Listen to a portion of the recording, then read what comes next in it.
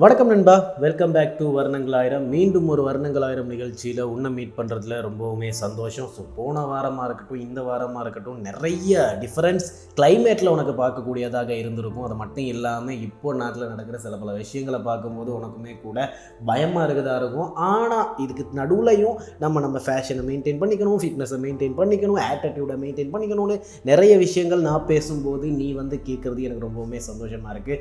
ஆர்வம் அப்படிங்கிறது எந்த இடத்துல வருது அப்படின்னு பார்த்துக்கிட்டேன்னா, உனக்கு எந்த ஒரு விஷயம் தேவையாக இருக்கும், எந்த ஒரு விஷயம் நீ பண்ணால் கரெக்டாக இருக்கும் அப்படின்னு நினைக்கிறியோ அந்த ஒரு இடத்துல உனக்கு ஆர்வம் அதிகமாக இருக்கும். ஸோ நிகழ்ச்சியை பார்க்குற உனக்குமே கூட இந்த நிகழ்ச்சிக்குள்ள ஒரு ஆர்வம் இருக்குன்னா அதில் ஒரு மாற்றத்துக்கான ஆர்வமாக தான் உனக்கு இருக்குது. ஸோ மாற்றத்துக்கான ஒரே வழி மாற்றுறது தான் அப்படிங்கிறத நம்ம எப்போவுமே நிகழ்ச்சியில் சொல்கிற ஒரு வார்த்தையாக இருக்கு இல்லையா? ஸோ அந்த ஒரு மாற்றத்துக்காக நீ உட்காந்து இந்த ஒரு ½ hour பார்க்குறது எனக்குமே ரொம்ப சந்தோஷம். நீயுமே மாற்றிக்க. அப்போ உன்னோட லைஃப்லையும் நிறைய சேஞ்சஸ் உனக்கு வர்ற நாட்கள்லையே பார்க்கக்கூடியதாக இருக்கும் அப்படிங்கிறத நானுமே வேண்டிக்கிறேன், கேட்டுக்கிறேன் அப்படின்னு சொல்லி ஆகணும். ஸோ போன வாரம் நம்ம நிறைய விஷயம் பேசணும். ஆமாம், போன மாதம் நம்ம நிறைய விஷயம் பேசியிருந்தோம் இல்லையா? ஸோ அப்படி இருக்கும்போது கவின் அப்படிங்கிற ஒரு ஆக்டரை பற்றி பேசியிருந்தோம். டை கெட்டுறது அப்படிங்கிற ஒரு விஷயத்தை எவ்வளவு கஷ்டமாக முடியுமோ அவ்வளவு கஷ்டமாக பண்ணியிருப்போம். ஆனாலுமே ஈஸியாக பண்ணக்கூடிய ஒரு வழியை நம்ம காட்டியிருப்போம். அதுக்கப்புறமா அஃப்கோர்ஸ் நம்ம நிறைய இடங்களில் பேசப்பட்ட அந்த ஒரு ஸ்டேஜ் ஃபியர் அப்படிங்கிற ஒரு விஷயத்தை கிளியராக பேசியிருக்கோம். அந்த மாதிரி நிறைய விஷயம் பேசியிருக்கோம் இல்லையா? ஸோ இந்த வாரமும் அதுக்கு சலிச்சதே இல்லை அப்படின்னு சொல்கிற மாதிரி நிறைய கண்டென்ட் நம்மளும் வச்சுருக்கோம். ஸோ அப்படி இருக்கும்போது இன்னைக்கு கண்டென்ட்ல இருக்க போறது என்ன மாதிரியான கண்டென்ட்ஸ் அப்படின்னு பார்த்துக்கிட்டிங்கன்னா, இன்னைக்கு செல்ஃப் கேர்ல ரொம்ப நாளைக்கு அப்புறம் திரும்ப ஒரு ஃபிட்னஸ் டிப், ஒரு எக்ஸசைஸ், ஒரு ஒர்க் அவுட் தான் கொண்டு வந்திருக்கோம். ஒரு மசிலை எப்படி வளர்த்துக்கிறது அப்படிங்கிறதுக்கான ஒரு ஒர்க் அவுட்டை கொண்டு வந்திருக்கோம். ஸோ அது சம்மந்தப்பட்ட ஒரு ஆட்டிடியூடையே கொண்டு வந்திருக்கோம். ஏன்னா அதுக்கு ஒரு வீடியோ கூட நான் ப்ளே பண்ணுறேன் தொடர்ந்து நிகழ்ச்சியில் அப்படிங்கிறதையும் ஞாபகப்படுத்திக்கிறேன். ஸோ அதை பார்க்கும்போது உங்களுக்கு தெரிஞ்சிடும் இதுக்கும் ஆட்டிடியூடுக்கும் என்ன சம்மந்தம் அப்படிங்கிற மாதிரி. ஸோ ஃபேஷனில் இன்னைக்கு கொஞ்சம் டிஃப்ரெண்ட்டாக ஒரு கம்பேரிங் பண்ண போகிறோம். ஸோ ரெண்டு பக்கத்துலையுமே ஃபேன்ஸ் இருப்பீங்க, அடிச்சுக்காதீங்க. ரெண்டுலையுமே இருக்கிற நல்லது கெட்டது பேசுவோம். அதுக்கப்புறம் டிசைட் பண்ணுறது உங்களோட பொறுப்பு அப்படின்னு சொல்லி ஆகணும். ஸோ இன்னைக்கும் ஆக்டர் அப்படிங்கிற இடத்துல ஒரு சூப்பரான ஆக்டர் தான் இருக்கார். அவரை பற்றியும் நம்ம தொடர்ந்து பேசுவோம். அதுக்கப்புறமா க்ளோசிங்கில் உனக்கு தேவையான ஒரு விஷயத்தை நான் சொல்கிறேன் அப்படிங்கிறது ஞாபகப்படுத்திட்டு என்ன நிகழ்ச்சியை ஆரம்பிச்சிடலாமா?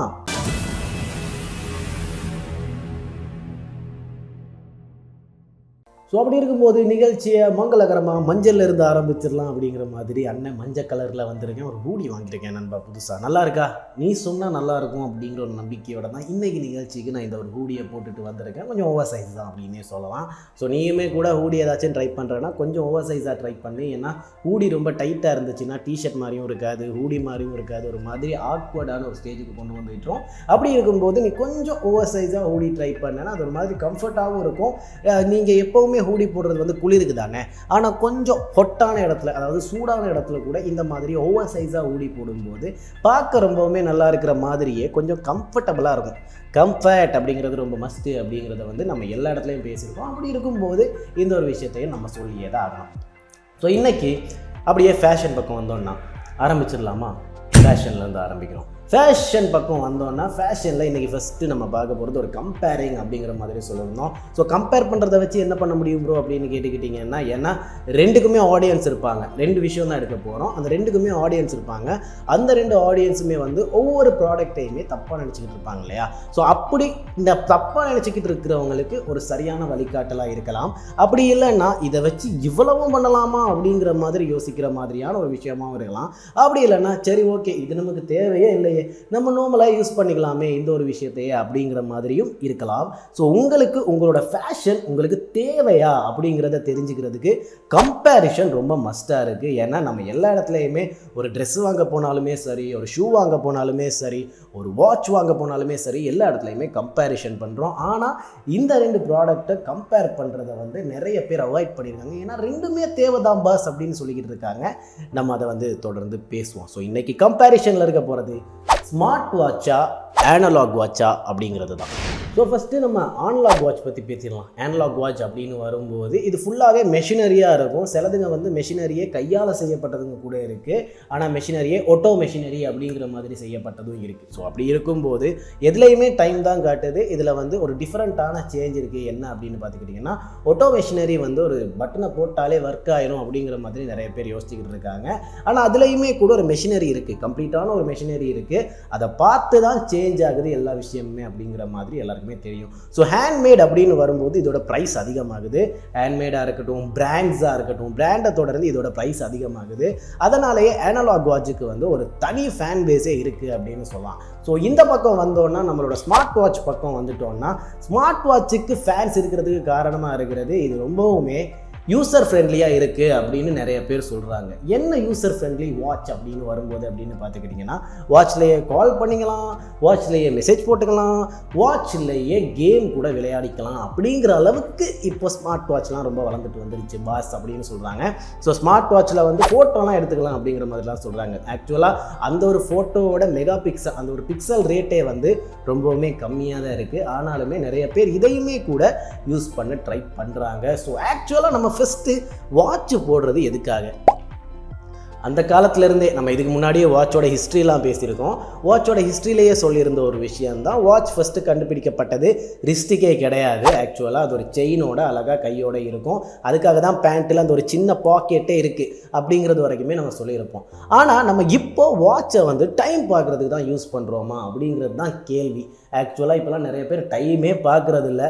அதாவது இப்போது பங்க்சுவாலிட்டி அப்படிங்கிறதையே வந்து நிறைய பேர் அவாய்ட் பண்ணுறாங்க. அதனால் டைம்லாம் பார்க்கணுமா, சேச்சே போனதுக்கப்புறம் பார்க்குறத பார்த்துக்கலாம் அப்படிங்கிற மாதிரி யோசிச்சுக்கிட்டு இருக்காங்க. ஆக்சுவலாக பங்க்சுவாலிட்டி அப்படிங்கிறது லைஃபுக்கு எவ்வளோ மஸ்டான ஒரு விஷயம் அப்படிங்கிறத நம்ம அடுத்த வாரம் பேசுவோம். ஏன்னா பங்க்சுவாலிட்டி அப்படிங்கிறது ஒரு ஆட்டிடியூட் சம்மந்தமான ஒரு பெரிய விஷயம். அதை நம்ம தொடர்ந்து பேசியே ஆகணும். அதுக்காக நம்ம அடுத்த வாரம் ஒரு தனி செஷனே எடுத்துக்கலாம். அதுக்கு முன்னாடி நம்ம வாட்ச் யூஸ் பண்ணுறது எதுக்கு அப்படின்னு பார்த்துக்கிட்டிங்கன்னா, டைம் பார்த்துக்கிறது. ஸோ அப்படி இருக்கும்போது ஸ்மார்ட் வாட்ச் அப்படிங்கிறத நம்ம ஃபஸ்ட்டு வாங்குகிறோம்.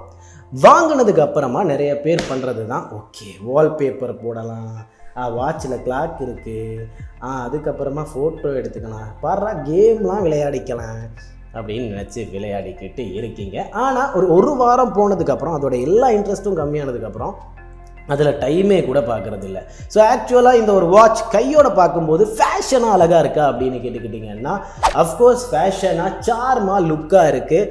ஆனால் ஒரு அவசரத்துக்கு டைம் பார்க்கணுன்னா டச் பண்ணணும் இல்லையா? அந்த டச் ஸ்க்ரீன் டக்குன்னு நமக்கு ரிஃப்ளெக்ட் ஆகலைன்னா, ஒர்க் ஆகலைன்னா டைமே பார்க்க முடியாமல் போயிடுது. ஸோ இந்த ஒரு ஸ்மார்ட் வாட்சுக்கும் ஃபோனுக்கும் என்ன டிஃபரன்ஸ் அப்படின்னு பார்த்துக்கிட்டிங்கன்னா, ஃபோனை பாக்கெட்லேருந்து எடுத்து பார்க்கணும், இதை டச் பண்ணால் பார்க்க முடியும், அவ்வளோதான் டிஃபரன்ஸு. அதை தொடர்ந்து ஒரு ரிஸ்ட்டோடு இருக்கிற, ஒரு ரிஸ்ட் பேண்டோடு இருக்கிற ஒரு வாட்சாக உங்களுக்கு பார்க்கக்கூடியதாக இருக்குது. இதுவே அனலாக் வாட்ச் பக்கம் வந்தோன்னா, ஆக்சுவலாக ஒரு வாட்ச் என்ன பண்ணுதோ அந்த வேலையை அனலாக் வாட்ச் பண்ணிக்கிட்டு இருக்குது. ஸோ அப்படி இருக்கும்போது கரெக்டாக டைம் ஓடுறது, கரெக்டாக டைம் மெயின்டைன் பண்ணிக்கிறது, கரெக்டாக டைம் பார்த்துக்கிறது அப்படின்னு வரும்போது அனலாக் வாட்ச் எப்போயுமே ஃபர்ஸ்ட்டாக இருக்குது. அது மட்டும் இல்லாமல் நீங்கள் கரெக்டான ஒரு பேட்ரி மெயின்டைன் பண்ணிட்டாலே போதும். அதுக்கு ஏற்ற மாதிரி அது கரெக்டாக ஒரு பவர் உங்களுக்கு கொடுக்கும். எவ்வளவுக்கு எவ்வளவு முடியுமோ லாங் லிவ் அப்படிங்கிற மாதிரி இருப்பான். எவ்வளோக்கு எவ்வளோ முடியுமோ உயிரோடு இருப்பான். அந்த ஒரு பேட்ரி இறங்குறதுக்கு அப்புறம் தான் அவனை பார்க்க முடியாது அப்படிங்கிற மாதிரியான ஒரு நிலைமையில தான் வச்சுருப்பான். மினிமம் 6 மந்த்ஸ் எப்படியுமே அதில் சார்ஜ் இருக்கும். அந்த ஒரு குட்டி பேட்டரியில் மினிமம் 6 மந்த்ஸ் ஆச்சும் சார்ஜ் இருக்கும். ஸோ இப்போது இந்த ஒரு அனலாக் வாட்சுக்கும் ஸ்மார்ட் வாட்சுக்கும் நடுவில் வந்து சிக்கிறவன் தான் இந்த ஒரு டிஜிட்டல் வாட்ச். ஏன்னா எல்லாருமே இந்த ஒரு வாட்ச் அப்படிங்கிறத ஃபேஷனாக இன்னுமுமே கொஞ்சம் மெழுகுபடுத்தி பார்க்கலாம் அப்படின்னு பார்க்க ஆரம்பித்ததே இந்த ஒரு டிஜிட்டல் வாட்ச் அப்படிங்கிறவன் உள்ளே வரும்போது தான். ஸோ அந்த ஒரு டிஜிட்டல் வாட்ச் வந்ததுக்கு அப்புறமா நிறைய பேர் பார்த்த விஷயம்தான், செகண்ட்ஸ்லேருந்து மினிட்ஸ் வரைக்குமே கரெக்டாக கால்குலேட் பண்ண ஆரம்பிச்சிட்டாங்க. ஸோ ஓகே, இப்போ 12:30க்கு ஒரு ஒர்க் ஸ்டார்ட் பண்ணும் அப்படின்னு இருந்துச்சுன்னா 12:27 அப்படின்னு காட்டுதுன்னா அந்த ஒரு 3 நிமிஷத்தையும் வேஸ்ட் பண்ணாமல் வேலை பார்க்க ஆரம்பித்தாங்க. ஆனால் அனலாக் வாட்சில் வந்து 12:30 அப்படிங்கிறத வந்து கரெக்டாக காட்டும். அது மட்டும் இல்லாமல் 12:27 அப்படிங்கிறத வந்து கரெக்டாக காட்டுறதுக்கான வழி கம்மி. பார்க்கும்போது 12:30 மாதிரியே தான் தெரியும். ஆனால் டிஜிட்டல் வாட்ச் அதுக்கு ஹெல்ப் பண்ணிச்சு அப்படின்னே சொல்லலாம். ஆனால் ஸ்மார்ட் வாட்ச் அப்படின்னு வந்ததுக்கப்புறமா நிறைய பேர் வாட்சை டைம் பார்க்குறதுக்கு யூஸ் பண்ணுறதே கம்மியாயிடுச்சு அப்படிங்கிறது தான் உண்மை. ஸோ நான் சொல்லலை இந்த ஒரு ஸ்மார்ட் வாட்ச் அப்படிங்கிறதே வந்து தப்புன்னு. ஆனால் ஸ்மார்ட் வாட்ச் வந்து ஒரு அளவுக்கு கரெக்டான ஒரு விஷயத்துக்காக யூஸ் பண்ணுறீங்கன்னா ஓகே. கேம் விளையாடுறதுக்கு, வால்பேப்பர் வச்சுக்கிறதுக்கு, கால் பண்ணுறதுக்கு, வாட்ஸ்அப் பண்ணுறதுக்கெல்லாம் யூஸ் பண்ண முடியாது. ஏன்னா கையில் எப்படிங்க வாட்ஸ்அப்லாம் பண்ணுறது, அதெல்லாம் முடியாது. அப்படிங்கிறதுனால கரெக்டான விஷயத்தை கரெக்டான இடத்துக்கு கரெக்டாக யூஸ் பண்ணுங்க அப்படிங்கிறது தான் உண்மை. ஃபேஷன் அப்படிங்கிறது வேறு, அப்டேட் அப்படிங்கிறது வேறு. அப்டேட் வந்து எவ்வளவுக்கு எவ்வளவு நல்லதாக வர முடியுமோ நல்லதாகவும் வரும், கெட்டதாக வர முடியுமோ கெட்டதாகவும் வரும். ஆனால் ஃபேஷன் அப்படிங்கிறது நீங்கள் உங்களுக்கு எது தேவை எது சரி அப்படின்னு தெரிஞ்சுக்கிட்டு பண்ணுற ஒரு விஷயம்தான் ஃபேஷன். ஸோ கரெக்டாக பார்த்து பண்ணுங்கள்.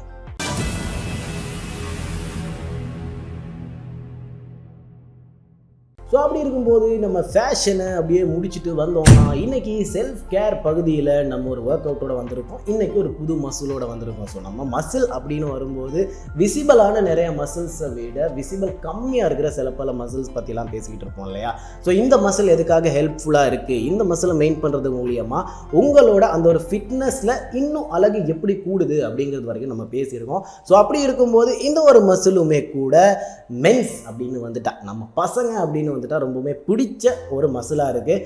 ஆனால் நிறைய பேர் பண்ணுற ஒரு தப்பு தான், ஜிம்முக்கு போனதுமே இந்த மசிலை போட்டு அந்த மாதிரி ஒர்க் அவுட் பண்ணுறது. ஆனால் அதுக்கப்புறமா அவங்களோட மற்ற மசில்லாம் அழகாக தெரியுமா அப்படின்னு கேட்டுக்கிட்டிங்கன்னா கம்மி தான். அது தெரியாமல் இந்த மசிலை போட்டு அடிச்சுக்கிட்டே இருப்பாங்க. அப்படி இருக்கும்போது மற்ற மசில்ஸ் அழகாக தெரிகிறது கொஞ்சம் வீக்காக ஆரம்பிக்கும் அப்படிங்கிறத மறந்துடாதீங்க. ஸோ அப்படி இருக்கும்போது நீங்கள் இந்த மசிலை மெயின்டைன் பண்ணுறது மூலியமாக உங்களோட லைஃப்பில் இருக்கிற சேஞ்ச் என்ன அப்படின்னு பார்த்துக்கிட்டிங்கன்னா ஃபஸ்ட்டு உங்களோட ஸ்ட்ரென்த்து, உங்களோட கை எவ்வளவு வெயிட்டு தூக்குதோ அதை விட இன்னும் கொஞ்சம் பெட்டராக வெயிட் தூக்கலான்னா இந்த ஒரு மசிலை நீங்கள் மெயின்டைன் பண்ணி தான் ஆகணும். நானுமே கூட இந்த மசிலுக்கு வந்து ஓரளவுக்கு தான் ஒர்க் அவுட் பண்ணுவேன். ஏன்னா அதை நம்ம பில்ட் பண்ணிட்டோம்னா அதுக்கு மேலே இருக்கிற ஒரு மசில் வந்து கம்மியாக தெரிய ஆரம்பிச்சிடும். ஆக்சுவலாக அந்த மசிலுக்காக தான் நம்மலாம் ஜிம்முக்கே போனது. அதுக்கப்புறமா இந்த மசிலை விளையாடி அந்த மசில் தெரியலைன்னா கொஞ்சம் மன உளைச்சலாக இருக்கும் இல்லையா. ஸோ அதுக்காக தான் இந்த மசிலை வந்து ஃபர்ஸ்ட் டே ஒர்க் அவுட் பண்ண வேணாம்.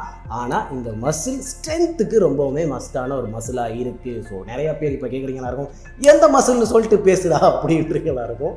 ஸோ ஆக்சுவலாக ஃபோராம் இந்த பகுதி தான். ஸோ இந்த பகுதியை வந்து நம்ம ஒர்க் பண்ணுறது ரொம்ப கம்மியாக இருக்குது அப்படின்னு சொல்லியிருந்தேன் இல்லையா. ஏன்னா இந்த பகுதி ரொம்ப பெருசாகிருச்சுன்னா உங்களோட பைசப்ஸ் வந்து தெரிகிறது ரொம்பவுமே கம்மியாயிரும் அப்படிங்கிறது தான் உண்மை. இதில் வேறு என்னோட பைசப் லாங் ஹெட் பைசப் அப்படிங்கிறதுனால மேலே தூக்கி காட்ட மாட்டான், லென்த்தாக தான் இருப்பான். அப்படி இருக்கும்போது ஃபோராம் பெருசாக தெரிஞ்சிச்சுன்னா அஃப்கோர்ஸ் பைசப்ஸ் தெரியாது அப்படிங்கிறது தான் உண்மை. ஸோ அப்படி இருக்கும்போது இந்த ஒரு மசில் மூலியமாக ஸ்ட்ரென்த் எப்படி அதிகமாகுது ப்ரோ அப்படின்னு கேட்டுக்கிட்டிங்கன்னா உங்களோட எல்போவுக்கும் உங்களோட ரிஸ்ட்டுக்கும் நடுவில் இருக்கிற இந்த ஒரு கேப்பில் தான் ஃபோராம் மசில் அப்படிங்கிற இந்த ஒரு மசில் பிளேஸ் ஆகிருக்கு. இந்த ஒரு மசில் மூலியமாக தான் உங்களோட ஹேண்டோட ஸ்ட்ரென்த்தே வெளிடாக ஒர்க் ஆக ஸ்டார்ட் ஆகுது. அப்படி இருக்கும்போது நீங்கள் என்ன தான் உங்களோட கையை பிடிச்சி தூக்குனாலும் உங்களோட கையை பிடிச்சி தூக்கும்போது இந்த ஒரு மசில் ஒர்க் ஆக ஸ்டார்ட் ஆகும். அப்படி ஸ்டார்ட் ஆகும்போது அது ஸ்ட்ராங்காக இருந்துச்சுன்னா நீங்கள் தூக்குற அந்த ஒரு வெயிட்டை உங்களுக்கு இன்னும் சிம்பிளாக தூக்கிக்கலாம். இதுவே வீக்காக இருந்துச்சுன்னா கொஞ்சம் கஷ்டமாக இருக்கும். அதுதான் ஸ்ட்ரென்த்து. புரியுதா? சிம்பிளாக தூக்குனா ஸ்ட்ரென்த்து, சிம்பிள் இல்லைன்னா ஸ்ட்ரென்த்து கம்மியாக இருக்குது அப்படிங்கிறது தான் உண்மை. ஸோ அதுக்காகவே இந்த ஒரு மசிலை நீங்கள் மெயின்டைன் பண்ணிக்கிறது நல்ல ஒரு விஷயம் அப்படின்னே சொல்லலாம். ஸோ இதுக்கு நீங்கள் முன்னாடி பின்னாடி சைட்லன்னு நிறையா ஒர்க் அவுட் இருக்குது. ஆனால் இதுக்கு ஒரு டம்பிள் வேணும். அப்படி இல்லையா உங்களோட வீட்டில் இருக்கிற தும்பு தடியில் 2 பக்கம் வெயிட்டை வச்சுக்கிட்டு அழகாக அப்படி கூட மெயின்டைன் பண்ணிக்கலாம். ஆனால் திரும்பவுமே சொல்கிறேன், உங்களோட பாடியை மெயின்டைன் பண்ணிக்கிட்டு வரும்போது இப்போ நீங்கள் ஸ்ட்ரென்த்து கொஞ்சம் அதிகமாக தேவைப்படுது அப்படின்னும் போது தான் இந்த ஒரு மசிலை நீங்கள் மெயின்டைன் பண்ண ஆரம்பிக்கணும். அதுக்கு முன்னாடியே அவசரமாக இந்த ஒரு மசிலை மெயின்டைன் பண்ண ஆரம்பிச்சிங்கன்னா உங்களோட பைசப் கம்மியாக தெரிய ஆரம்பிச்சிருங்க. புரிஞ்சிக்கங்க. ஜிம்மில் நிறையா புது பசங்க வரும்போது நான் நிறைய பேர்கிட்ட சொல்கிற ஒரு விஷயம் தான், 4 ஆர்ம்ஸுக்கு இப்போவே விளையாடாதப்பா தம்பி, ஏன்னா பைசப் கம்மியாக தெரிய ஆரம்பிச்சிரும், ஷோல்டர்ஸ் கம்மியாக தெரிய ஆரம்பிச்சிரும் அப்படின்னு நிறைய பேர் கேட்க மாட்டாங்க. ஏன்னா 4 ஆர்ம்ஸுக்கு விளையாடினா இங்கெல்லாம் நரம்பு புடைச்சிக்கிட்டு வருமே பாஸ், நர்வ்ஸ்லாம் வெளியே தெரியும் பாஸ் அப்படின்லாம் சொல்லுவானுங்க. அது ஒரு கொரடா, சொன்னால் புரிஞ்சிக்க அப்படிங்கிறத சொன்னாலும் புரிஞ்சிக்க மாட்டாங்க. ஸோ அப்படி இருக்கும்போது இதுக்கான ஒர்க் அவுட்ஸ் என்ன அப்படின்னு பார்த்துக்கிட்டிங்கன்னா ஃபஸ்ட்டு ஒர்க் அவுட்டாக இருக்கிறது அஃப்கோர்ஸ் முன்னாடி பண்ணக்கூடிய ஒர்க் அவுட்ஸாக இருக்கிறது உங்களோட டம்பில் உங்களோட ரிஸ்ட்டு மூலியமாக தான் நீங்கள் எப்படியுமே இந்த ஒரு ஒர்க் அவுட்டை பண்ணி ஆகணும். டம்பில் வந்து ஜஸ்ட் ஒரு பொசிஷனில் ஸ்ட்ரெயிட்டாக வச்சுக்கிட்டு ஃபஸ்ட்டு அப்புக்கு ரோல் பண்ணிவிட்டு அதுக்கப்புறமா டவுனுக்கு ரோல் பண்ணுறது மூலிமா உங்களோட ஃபோராமோட மேல் பகுதியான பகுதி ஒர்க் ஆக ஸ்டார்ட் ஆகுது. 3 மசில்ஸ் இருக்கும் ஆஃப்கோர்ஸ், அதுக்கான மேல் பகுதி ஒர்க் ஆக ஸ்டார்ட் ஆகுது. அதுக்கப்புறமா பின்னாடி பண்ணுறது என்ன அப்படின்னு பார்த்துக்கிட்டிங்கன்னா, உங்களோட வெயிஸ்ட்டில் இருந்து பின்னாடி பின்னாடி வந்து உங்களோட கையை வச்சுக்கிட்டு நீங்கள் அந்த ஒரு வெயிட்டை எடுத்து மேலே ரோல் பண்ணி அதுக்கப்புறமா கீழே நல்லா வெயிட் பண்ணிவிட்டு அதுக்கப்புறமா திரும்ப ரோல் பண்ணுறது மூலிமா உங்களோட உள்ளே இருக்கிற இந்த ஒரு மசில் பகுதி ஒர்க் ஆக ஸ்டார்ட் ஆகுது. அதுக்கப்புறமா அஃப்கோர்ஸ் சைடில் வச்சுமே கூட பண்ணலாம், ஒரு டேபிளில் நீங்கள் இன்னொரு ஃபோர்ஸாக வச்சு கூட பண்ணலாம். இந்த மாதிரி நிறைய வேரியேஷன்ஸில் இதுக்கான ஒர்க் அவுட்ஸ் பண்ணலாம். ஆட்டிடியூடில் கிரிப் ஸ்ட்ரென்த்தா என்ன ப்ரோ சொல்கிறீங்க, கிரிப்புக்கும் ஆட்டிடியூடுக்கும் என்ன சம்மந்தம் அப்படின்னு நீங்கள் கேட்குறீங்களா இருக்கும். ஆக்சுவலாக திடீர்னு உங்களுக்கு ஆக்சிடென்ட் ஆகிட்டா கூட ஆகக்கூடாது, ஆகிட்டா கூட டக்குன்னு சேஃப் ஆகிறதுக்கு இந்த ஒரு கிரிப் ஸ்ட்ரென்த் ரொம்பவுமே மஸ்ட்டாக இருக்குது. ஏன்னா நீங்கள் ஒரு பொருளை பிடிச்சி தூக்குறீங்க, இல்லைனா பொருளை பிடிச்சி நிற்கிறீங்க, ஒரு பொருளை பிடிச்சி இழுக்கிறீங்க, எது பண்ணுறதுனால உங்களோட கையில் அந்த ஒரு கிரிப் இருக்கணும், அந்த கிரிப்புக்கு ஒரு ஸ்ட்ரென்த் இருக்கணும். அது இருந்துச்சுன்னா ஒரு உயிரை கூட உங்களால் காப்பாற்ற முடியும், உங்கள் உயிரையுமே காப்பாற்றிக்க முடியும் அப்படிங்கிறது தான் உண்மை. ஸோ நீங்கள் நம்பலை, இந்த வீடியோ பார்த்துட்டு வாங்க.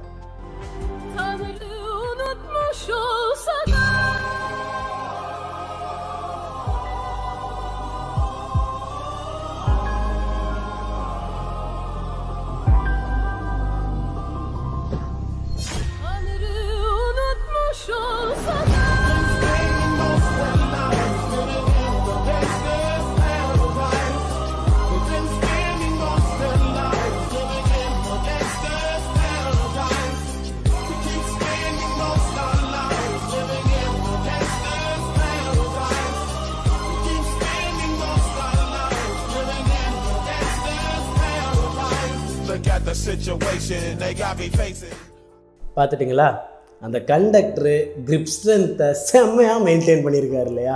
ஸோ ஆக்சுவலாக இவங்களுக்கெல்லாம் எப்படி கிரிப் ஸ்ட்ரென்த் அப்போது கரெக்டாக ஒர்க் ஆகுது அப்படின்னு நீங்கள் கேட்குறீங்களா இருக்கும்.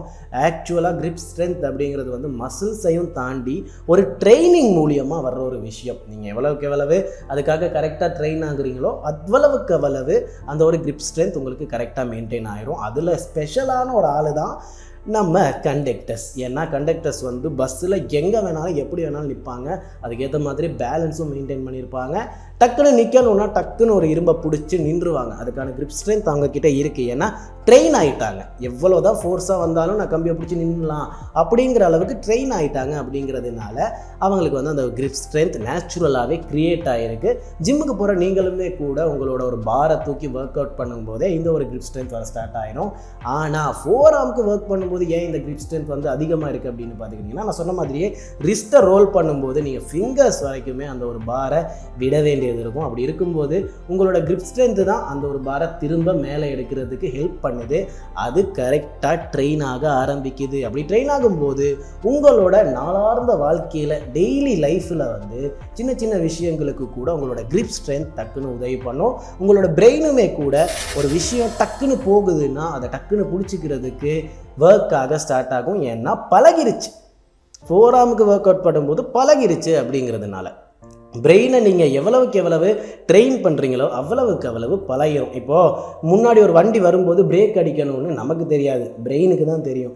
நீங்களே மறந்தாலும் அது பிரேக் அடித்து தான் தீரும். நீங்கள் ஒரு கான்ஷியஸே இல்லாமல் போனால் தான் உங்களோட பிரெயின் வந்து உங்களோட கண்ட்ரோலில் இருந்து அங்கிட்டு போயிடும் இல்லையா. ஸோ அப்படி கண்ட்ரோலில் இருக்கும்போது பிரேக் அடிச்சிடும். ஏன்னா ட்ரெயின் ஆயிரும். அந்த ஒரு செல்ஃப் ப்ரொடெக்ஷன் அப்படிங்கிறது வந்து ட்ரெயின் ஆகிருந்துச்சுன்னா பிரேக் அடிச்சிடும். அதே மாதிரி தான் இந்த ஒரு கிரிப் ஸ்ட்ரென்த்துமே கூட. நீங்கள் ஜிம்மில் இந்த ஒரு ஃபோர் ஆர்ம் ஒர்க் அவுட்லாம் பண்ணும்போது கிரிப் ஸ்ட்ரென்த் பழகுறீங்க இல்லையா, அப்படி இருக்கும்போது நீங்கள் நேச்சுரலாக நாளார்ந்த வாழ்க்கையில் வரும்போது இந்த ஒரு கிரிப் ஸ்ட்ரென்த் வந்து ரொம்பவுமே ஹெல்ப் பண்ணுது. ஸோ கிரிப் ஸ்ட்ரென்த் அப்படிங்கிறது வந்து நீங்கள் எங்கெல்லாம் யூஸ் பண்ணுறீங்கன்னா, அஃப்கோர்ஸ் பஸ்ஸில் நிற்கும் போதும் யூஸ் பண்ணுறீங்க, உங்களோட கேர்ள் ஃப்ரெண்ட் கூட ரோட்டில் போகும்போதும் யூஸ் பண்ணுறீங்க, ஒரு வண்டி ஓட்டும் போது கூட யூஸ் பண்ணுறீங்க, இல்லைனா ஏதாச்சும் பொருளை தூக்கணுன்னாலே உங்களோட கிரிப் ஸ்ட்ரென்த்து கரெக்டாக இருந்தால் தான் மெயின்டைன் பண்ணலாம். அதுக்காகவே நீங்கள் உங்களோட கிரிப் ஸ்ட்ரென்த்தை ட்ரெயின் பண்ணி வச்சுக்கணும் நண்பா.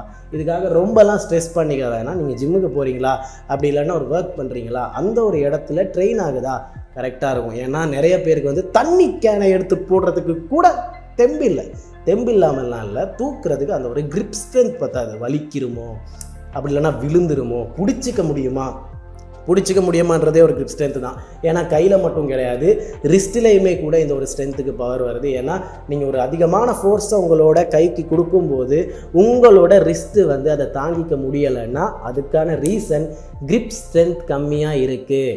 பழகிருச்சுன்னா உங்களோட அந்த ஒரு ரிஸ்ட்டுமே பழகிடும், அதுதான் உண்மை. ஸோ அதுக்காக தான் உங்களோட கிரிப் ஸ்ட்ரென்த்தை நீங்கள் இன்னும் ஸ்ட்ராங்காக வச்சுக்கணும். ஸ்ட்ராங்காக வச்சுக்கங்க, லைஃப்பில் ஒரு பெரிய சேஞ்சே உங்களுக்கு பார்க்கக்கூடியதாக இருக்கும்.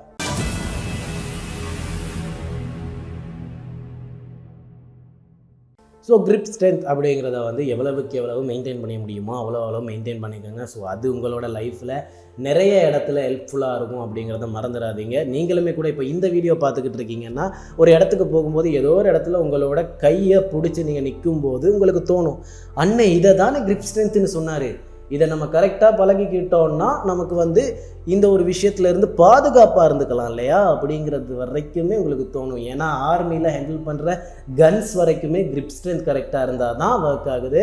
ஸோ சின்ன சின்ன விஷயங்களுக்கு கூட இந்த கிரிப் ஸ்ட்ரென்த் அப்படிங்கிறது ரொம்ப முக்கியமாக இருக்குது. ஆட்டிடியூட்குள்ளே ஏன் இதை நம்ம கொண்டு வர்றோம்னா லைஃப்பில் ரொம்பவுமே முக்கியமான ஒரு விஷயமா இருக்குது. மேபி அசிங்கப்படலாம், இல்லைன்னா ஏதோ ஒரு இடத்துல உங்களுக்கே பாதிப்பாக வரலாம். அந்த இடத்துல இந்த கிரிப் ஸ்ட்ரென்த் அப்படிங்கிறது வந்து ரொம்பவுமே உதவியாக இருக்கும். அப்படிங்கிறதுனால தான் இதை நான் சொல்கிறது ஆட்டிடியூட் பக்கத்தில் சொல்கிறேன். ஸோ அதனால் மறக்காமல் உங்களோட கிரிப் ஸ்ட்ரென்த்தை கொஞ்சம் ட்ரெயின் பண்ணிக்கங்க அப்படிங்கிறது ஞாபகப்படுத்துது. நம்ம இன்னைக்கு ஹீரோ பக்கத்தில், அதாவது இன்ஸ்பிரேஷன் பக்கத்தில் பேச போகிறது யார் அப்படின்னு பார்த்துக்கிட்டிங்கன்னா நேச்சுரல் ஸ்டார் நானி. ஸோ நேச்சுரல் ஸ்டார் நானி அப்படின்னு வரும்போது இவரோட இன்டர்வியூஸில் இருந்தும் இவரோட அந்த ஒரு ஒப்பீனியனில் இருந்தும் நம்ம எடுத்துக்கிட்ட சில பல விஷயங்கள் தான் இவர் சொல்கிற சில பல விஷயங்கள் என்ன அப்படின்னு பார்த்துக்கிட்டிங்கன்னா, ஃபஸ்ட்டு இவர்கிட்ட கேட்ட ஒரு விஷயந்தான், நீங்கள் வந்து பார்க்க எப்போவுமே யங்காக இருக்கீங்களே, எப்படி இதை மெயின்டைன் பண்ணிக்கிறீங்க? நான் எப்போவுமே பார்த்ததில்ல நீங்கள் ஜிம்முக்கு போயிட்டு வெயிட் தூக்குறது அப்படிங்கிற மாதிரி விஷயம்லாம் நான் பார்த்ததே கிடையாது. அப்படி இருந்துமே நீங்கள் உங்களோட பாடியை மெயின்டைன் பண்ணிக்கிறது ரொம்பவுமே ஈஸியாக இருக்குது. அது மட்டும் இல்லாமல் ரொம்பவுமே ஹெல்த்தியாக மெயின்டைன் பண்ணுறீங்க, அதே மாதிரி யங்காக மெயின்டைன் பண்ணிக்கிட்டு இருக்கீங்க, எப்படி அப்படின்னு கேட்கும்போது அவர் சொன்ன சில பல விஷயந்தான், நான் ஜிம்முக்கெலாம் போகிறதில்ல, நீ ஜிம்முக்கு போ. ஏன்னா அவர் வந்து சொல்லியிருந்த அடுத்தடுத்த விஷயங்களை ஒழுங்காக கேளு, சரியா?